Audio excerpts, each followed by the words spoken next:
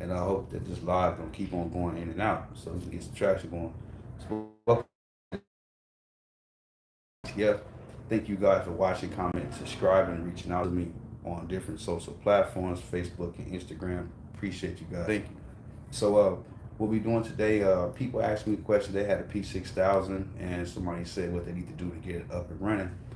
And it costs a lot so far for the cartridges, the maintenance tank resetter, the chip resetter, and whatever other materials you're gonna need for the DTF if you convert it over, ink, powder, film, and software included.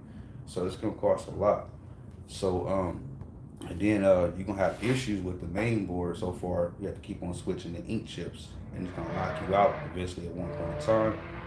Know what series of chips you're gonna have to be using down the line, so you keep on ordering different chips. It's gonna be real costly. So maybe I'm wrong, but from what my knowledge and from what my research and from what I know, I wouldn't go with the P6000 route unless you already have one that's converted.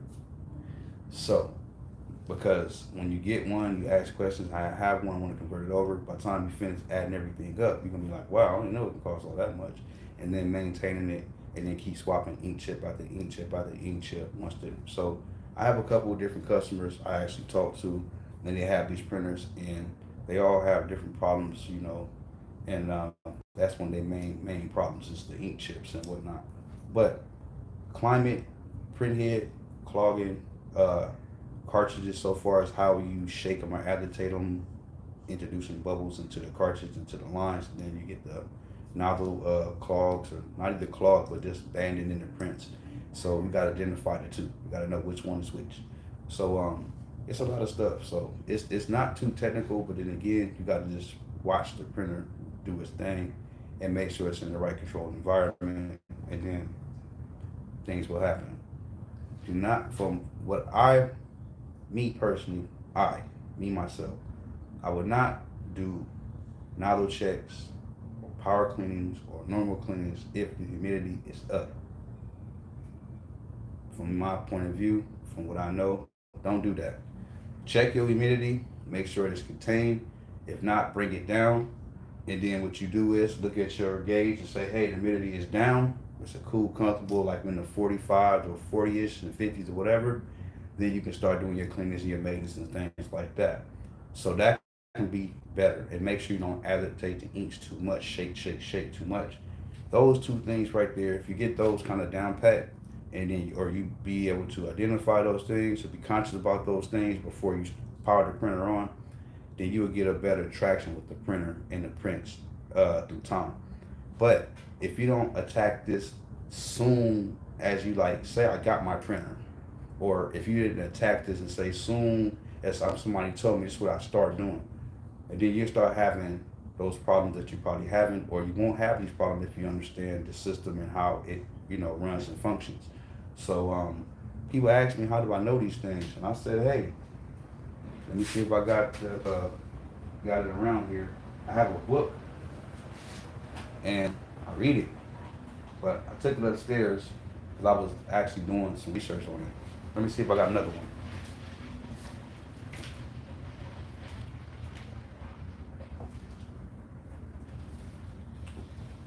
I don't have one.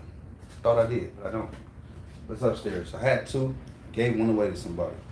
So, the knowledge is inside these books, but understand that we are introducing a foreign ink to these systems, so that can play a big part too of what's going on.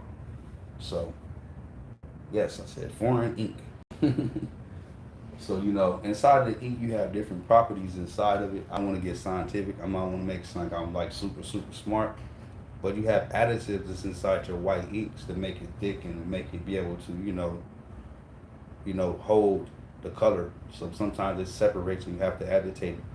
You have, you know, titanium dioxide, sulfur, magnesium. You have but you have what else you have in it?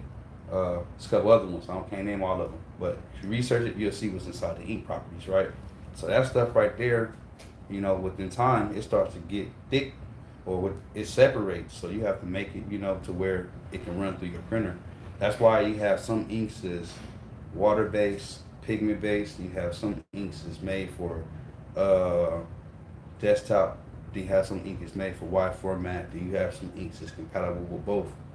So you gotta get the right mixture or get the right company so you can have, the right proper ink for your system.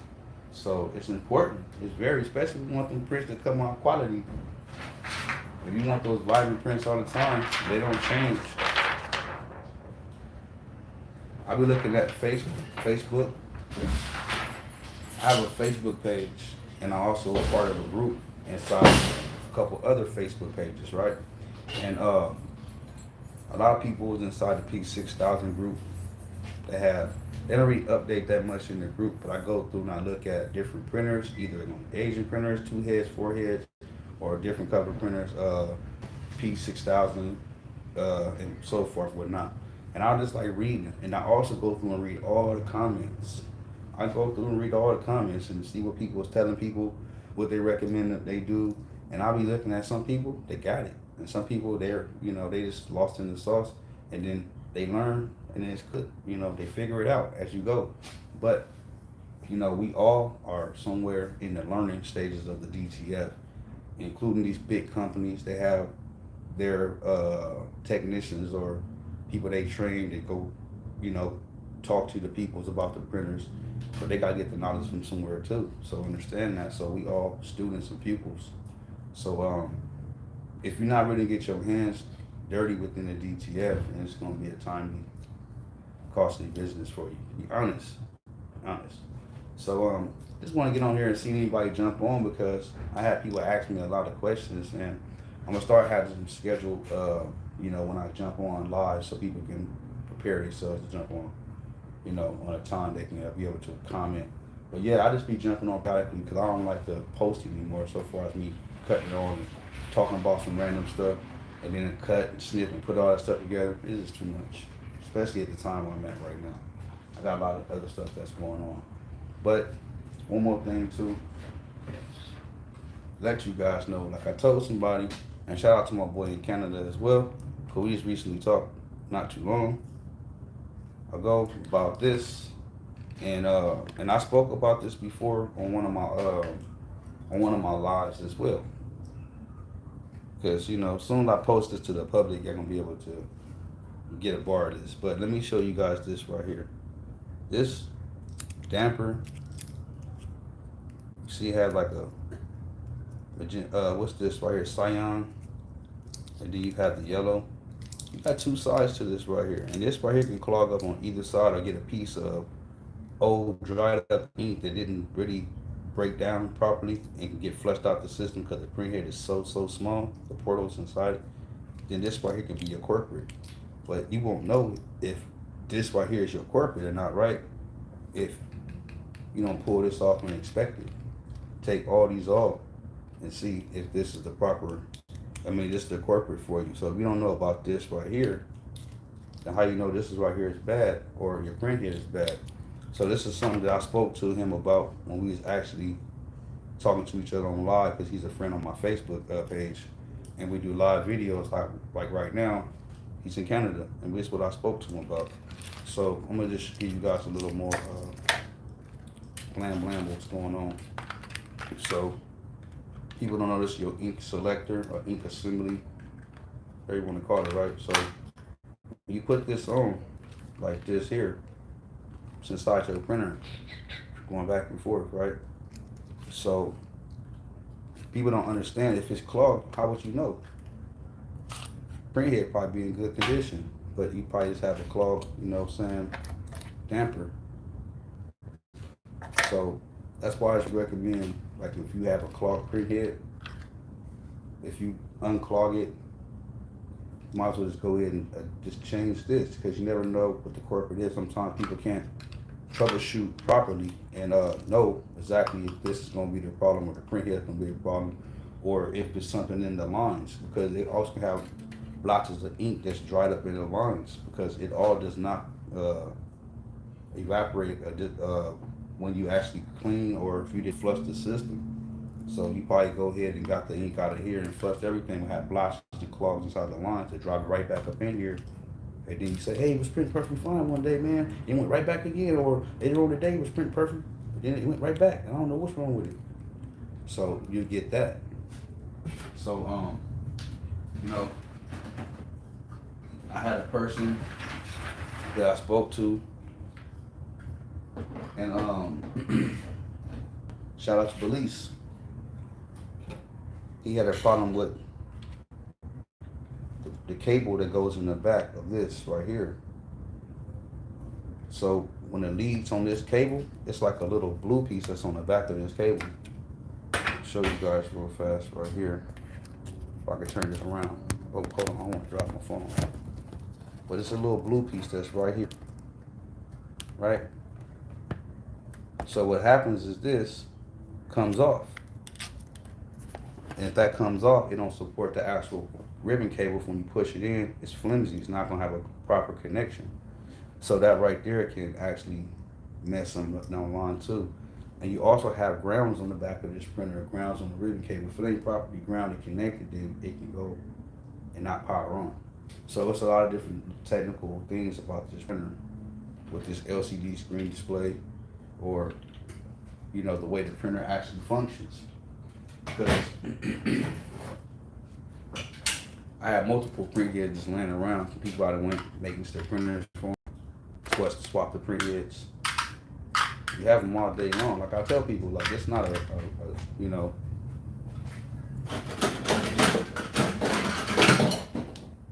We have multiple print heads. So you know these like $1,500, $1,800 a piece. And I got more than that. I got over 40, 50 something print heads. I got way more print heads than this. Think about how much these print heads cost. Think about that. You don't have a 7900, you have way more. This is a lot of print heads. I got a whole box full of them right here. So I'm gonna give y'all some more tips real fast. When you attempt to try to flush these, you gotta remember inside here it's hollow inside there. So inside these little leads, one of these burn out, this porch it probably won't print, but you probably get a perfect nozzle. So remember that. But when you putting this on, just remember if you got a 7890, just remember that these two channels are obsolete for you. These orange and green channels are not there for you. You only have the ones on the right, to your right, my left, my left. So these four and those four, right? And this syringe, I'm gonna give you guys some FYI information real fast.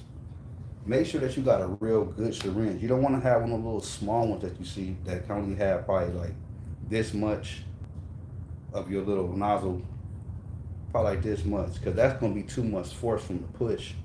So when it feel like it stick like this and then it goes like that, and you're like, oh, I got it. You probably blew. I'll show you something.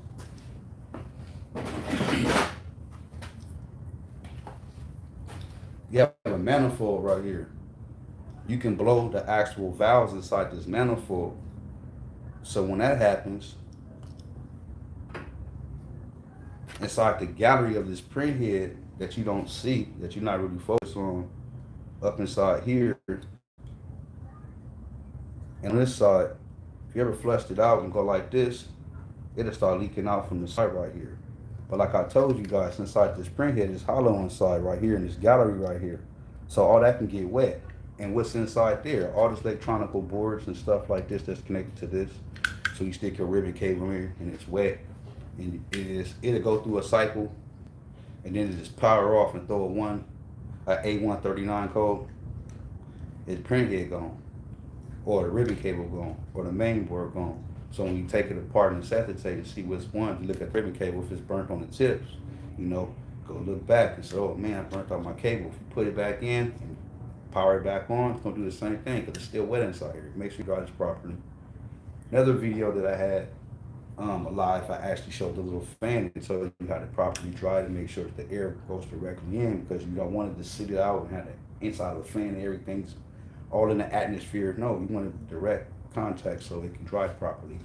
So this manifold, this right here is very, very, very important when you remove this right here. So, and I say, if you do your wet capping, or if you do,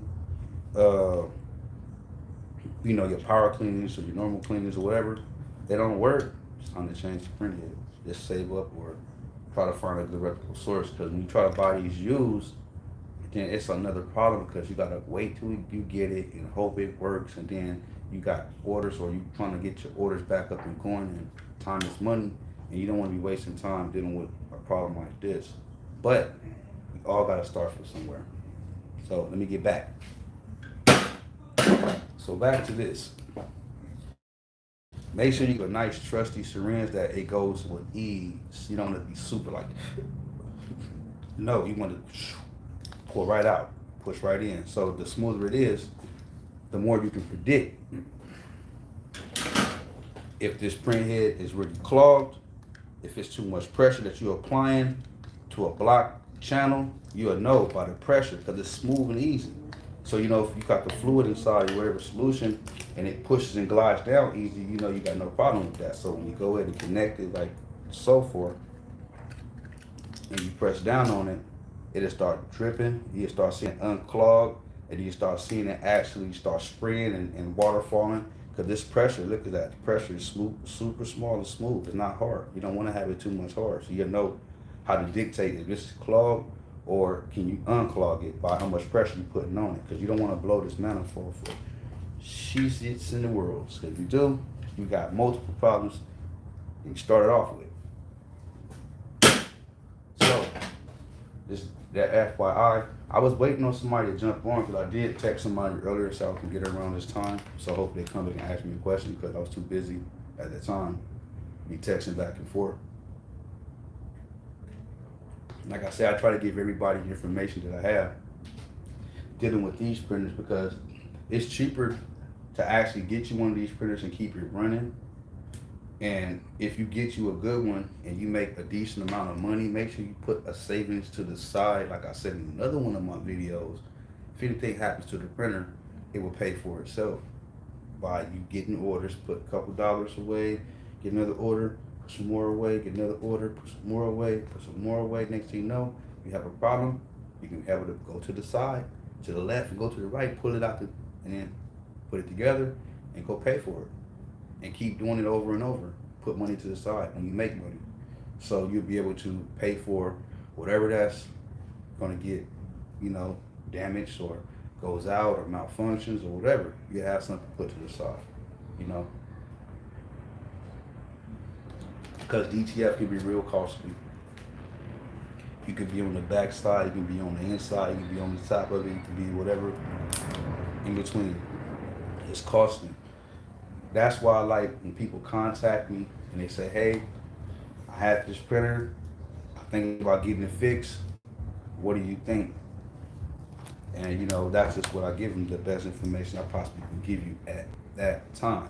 It may change, may feel some way different later on down the line, tell you something else, or something else evolves and I say, hey, this is what we're doing now. We ain't doing that no more, we still can do it, but just another method.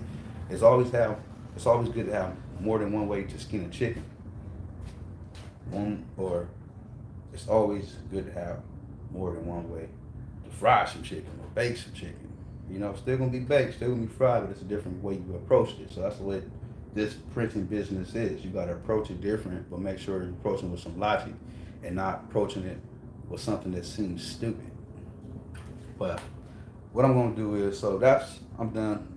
We've been on for 19 minutes now, and I gotta go run a little errand or two.